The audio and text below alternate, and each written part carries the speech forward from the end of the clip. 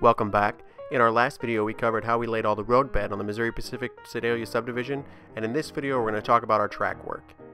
We used all Pico track on our layout, and Pico track is as easy to work with as anything else. I always like to start with a turnout, so what you see here is we go ahead and remove one tie off the end of each piece of flex track, and then I'll start with the turnout and add one piece of flex track to all three of the points and get all those soldered together, and I'll start the layout from there. On our layout, we solder all of our connections together, and I'm pretty OCD about soldering. I think it has to do with me being an electrician, but we go ahead and use a liquid flux. It really enables the solder to suck right down into that rail joiner, and I can use as little amount of solder as possible, but still make the connection solid. I'll use a Weller soldering iron with a pencil tip so that I have the smallest space possible, so I'm not melting the ties, which is easier to do when you have a larger tip on the soldering iron.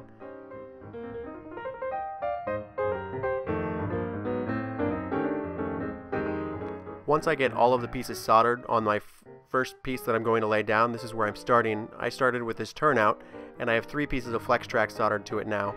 I went ahead and push pinned the turnout down exactly where the turnout goes, and on the Pico track, once you flex it, it'll actually hold its shape pretty well. So I can just start from there and work my way out, making sure that the track gets exactly where I need it to go. Once I get the track all in place, one of the things I'd like to do is go through and mark where the points are on the turnout. When I apply the glue, I want to make sure that there's not a lot of glue underneath those points as to not foul the turnout. The next step on my install is go ahead and apply it in feeder wires. I generally wait until I have 10 or 12 feet down so I can do a few feeders at a time, but I run my feeders right through the center of the track. I'll drill a hole right down through the center with a small enough drill bit, and then I can just feed my feeder wires right down through that hole. Once I get the feeder wires in, I can actually lift the track up a little bit, and then I can pull them to either side of the track to easily apply solder to the outside of the rails. Once I strip the jacket off the feeder wire a little bit, what I like to do is take a small needle nose pliers and I actually just put a little 90-degree bend in the end of each of the feeders. It gives me a little more connection or surface area that those feeders will be touching the outside of the rail, and I get a better solder connection that way.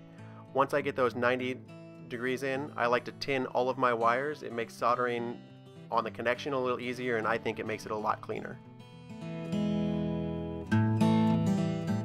As you can see here, I've gone ahead and pulled the feeders to either side of the rail, and then I slowly just pull the feeders back until they're nice and flush against the side of the rail, and I can get a nice clean solder joint holding those feeders to the correct sides of the rail on the outside.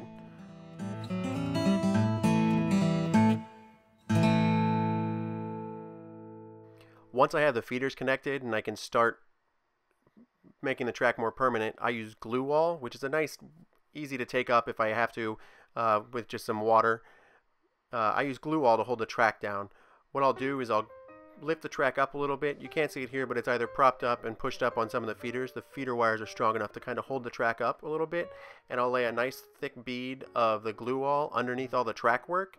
And then what I can do is, if you don't mind getting dirty or having to wash your hands later, I'll just run my finger along that bead, spreading the glue nice and thin, so that when I apply the track, none of the glue will actually come up in between the ties, and it'll just be a nice smooth thing. Also, if I ever have to remove the track, the glue will be relatively smooth across the roadbed, and it's easy to sand down more so than had it been sticking up.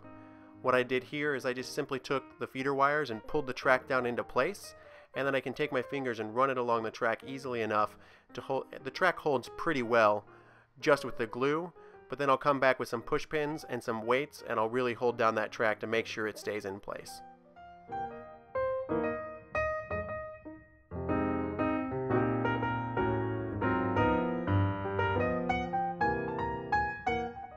I'd like to thank everyone for watching our little segment on how we lay track on the Missouri Pacific Sedalia subdivision.